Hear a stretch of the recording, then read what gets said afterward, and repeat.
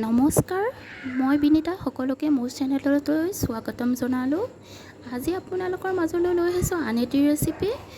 মই আজি মাছৰ পেটু বনাম। আহকচোন মই মাছৰ পেটু কেনেকৈ বনাওঁ চাই লওঁ। এয়া তেল অলপ দি দিছিলোঁ মই কেৰাহীত।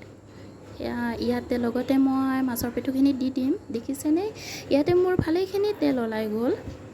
এতিয়া মই এনেকৈ মাছৰ পেটুখিনি ভাজি থাকিম। অলপ ভজা হোৱাৰ পাছত এয়া মাছৰ পেটুখিনি মই পেলাই দিম, যিহেতু আমাক বনাবৰ কাৰণে তেলখিনিহে প্ৰয়োজন হয়। এয়া মাছৰ পেটুখিনি প্ৰয়োজন নহয়, গতিকে পেলাই দিম আমি।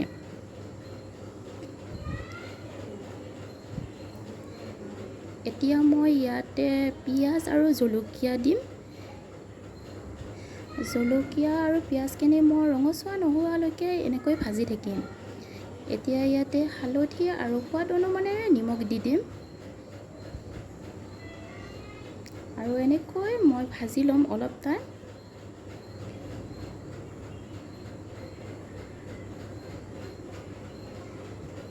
আপোনালোকে বাৰু এই ৰেচিপিটো খাই পাইছেনে? যদি পোৱা নাই নিশ্চয় খাই চাব, বহুতেই টেষ্টি ৰেচিপি হয়। আনফালে এনেকৈ ভাতখিনি মই হালধি অলপ দি কেনে সানি লৈছিলোঁ। এতিয়া ৰঙচুৱা হোৱাৰ পাছত এয়া ভাতখিনি মই ইয়াতে দি দিম।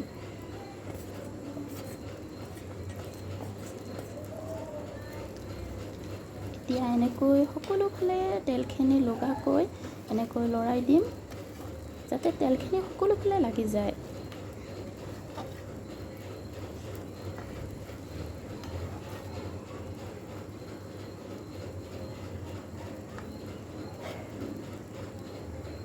এয়া দেখিছেনে, মোৰ ভজা হৈ গ'ল, বহুতেই ধুনীয়া লাগিছে।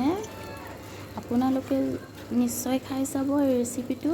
যদি ভাল লাগে লাইক, শ্বেয়াৰ, ছাবস্ক্ৰাইব কৰি দিব। এয়া মোৰ মাছৰ পেটুৰ ৰেচিপি কমপ্লিট হ'ল।